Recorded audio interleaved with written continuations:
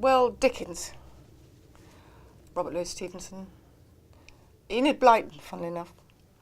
Um, I sort of ate books as a child.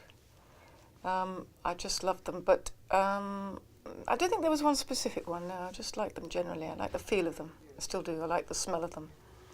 I like the excitement of them. If I start a book and I'm not really, I don't get into it, I give up on it, I'm ashamed to say.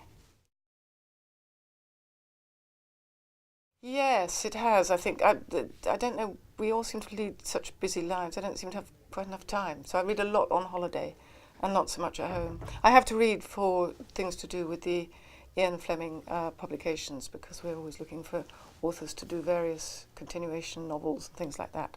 So I've recently been reading a lot of teenage fiction, which I'm not the right person to judge really, but you can still tell if it's a good story.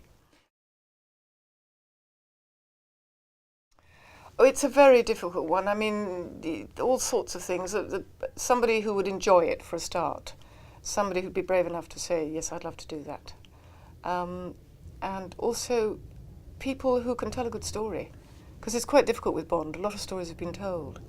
But everybody, we've been very lucky with people like Sebastian Faulks and Geoffrey Deaver, and now we've got a William Boyd book coming out soon. And they all find their own angle. It's a bit like the actors who play Bond. They do it for their generation or their style, you know. I think he knew the period he knew the sort of wartime period very well and after. He's actually, the book's written, I think is based, set in 1969, his new book. And he wanted to do it a little bit later than Ian would have done it, you know, because Ian died in 1964. And he just has wonderful stories. He has wonderful descriptive writing, which Ian did too. And he has great characters. And we were very lucky that he said yes. He went back and reread all the books, and sort of, he did it very quickly, because Ian used to write books in 6 weeks, and Sebastian said he wanted to do the same thing. And I mean, again, we were incredibly lucky that he was interested in doing it. I think one of the things, he just finished a very long, rather heavy book, not heavy, but rather sort of a lot of soul searching in the book. I can't remember now which one it was. And his agent thought that he might be quite keen to do something quite sort of light, really. And luckily he did. I think, well, I read this evening a bit about how he advises people to write, or how he thinks, what he thinks the success of his books are, or were. And I think it's the pace of telling the tale, keeping the action going. He says, if you move the action along fast enough, people don't notice the holes quite so much. And he always wrote about what he knew, about all his stories came from his sort of war service, really.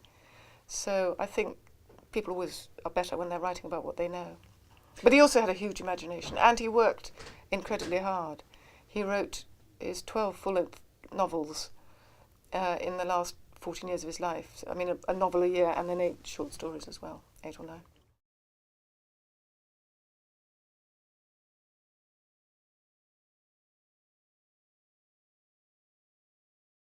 They always go back to Ian, and we really do appreciate that. And you know, although most of the titles have been used up, not all of them, they still go back to him for ideas and writing and characters and whatever. And they always say that. They say we go back to Ian, which is wonderful and amazing, really.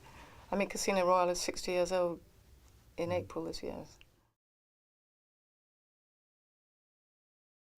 He's very good. He's quite like Ian's, I think. He's more modern than Ian's, obviously.